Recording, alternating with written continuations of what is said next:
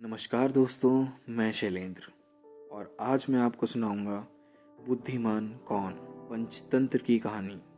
एक ताल में मछलियां तो बहुत सी रहती थी, पर दो मछलियां ऐसी थीं जिनका नाम उनकी बुद्धि के लिए पूरे ताल में फैला हुआ था।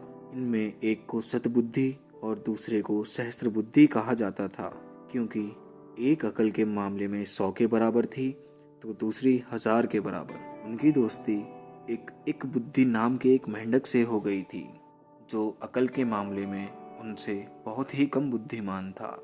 वह तीनों घड़ी दो घड़ी के लिए तालाब के किनारे बैठकर कुछ कथा कहानी सुनते सुनाते और फिर पानी में डुबकी लगा जाते। हुआ यह कि जिस समय इनकी बैठक चल रही थी, उसी समय कुछ मछुआरे सिर पर मछलियां लादे उधर से निकले। उन्होंने उस ताल को देखकर सोचा कि इसमें मछलियां तो बहुत अधिक हैं, पर पानी बहुत अधिक नहीं है। उन्होंने तय किया कि अगले दिन सुबह आकर वह इस ताल में मछलियां मारेंगे। उनकी बातें सुनकर सहस्त्र बुद्धि ने हंसकर कहा, दोस्त, घबराने की कोई बात नहीं। किसी की बातों से ही डर जाना क्या ठीक है? इसलिए जी कड़ा रखो। यदि सांपों, बदमाशों और लफंगों का बस चले तो यह दुनिया रहने ही ना पाए। तुम देख लेना, इनमें से कोई यहाँ आने वाला नहीं है। मान लो आ भी गए तो तुम मेरी बुद्धि का कमाल देखना। मैं तैरने और डुबकी लगाने की इतनी चालें जानता हूँ कि अपना बचाव तो कर ही लूँगा, तुम्हें भी बचा लूँगा। सतबुद्धि को बात जची, बोला, आपको जो सहस्त्र बुद्धि कहा जाता है वह कुछ गलत तो है नहीं। बुद्धिमान लोग तो झट वहाँ भी पहुँच जाते हैं जहाँ ना वायु जा सकती है ना सूरज की किरणें। मुझे आप पर पूरा भरोसा है। किसी की धमकी से ही बाप दादों के समय से चला आ रहा यह निवास, जो हमारा जन्म स्थान भी है, छोड़ा तो नहीं जा सकता। जन्मभूमि क्या कोई मामूली चीज़ है? कहते हैं कि यदि किसी का जन्म किसी खराब जगह में हुआ है तो भी उसे वहाँ जितना सुख मिल सकता है वह तो स्वर्ग में अप्सराओं के स्पर्श से भी नहीं मिल सकता। इसलिए हमें अपनी मातृभूमि को नहीं छोड़ना चाहिए। फिर कुछ अकल तो मेरे पास भी है ही, वह ऐसे ही दिनों के लिए तो है। सतबुद्धि की इस बात को सुनकर मेंढक बोला, भाई, तुम लोगों के पास जितनी अकल है उतनी तो मेरे पास है नहीं।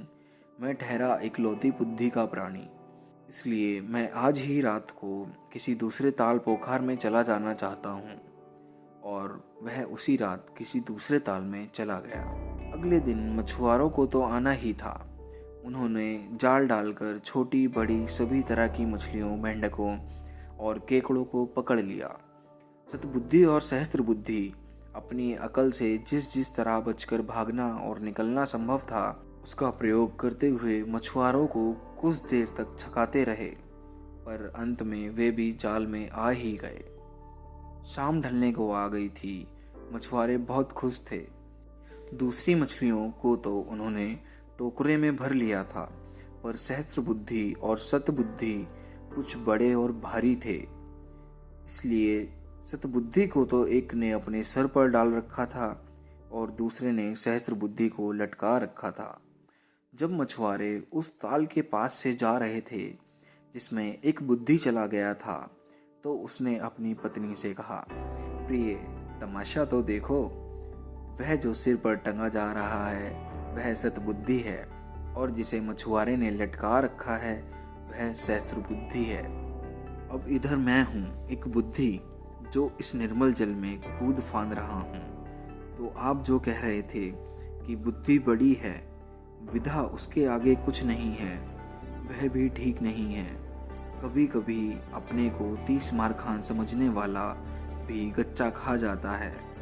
तो इस स्टोरी से हमें यह सीख मिलती है, कभी भी अपनी अकल पर ज़रूरत से ज़्यादा घमंड नहीं करना चाहिए। दोस्तों, अगर आपको मेरी ये वीडियो पसंद आई हो, ये कहानी पसंद आई हो, तो चैनल को सब्सक्राइब करें। धन्यवाद।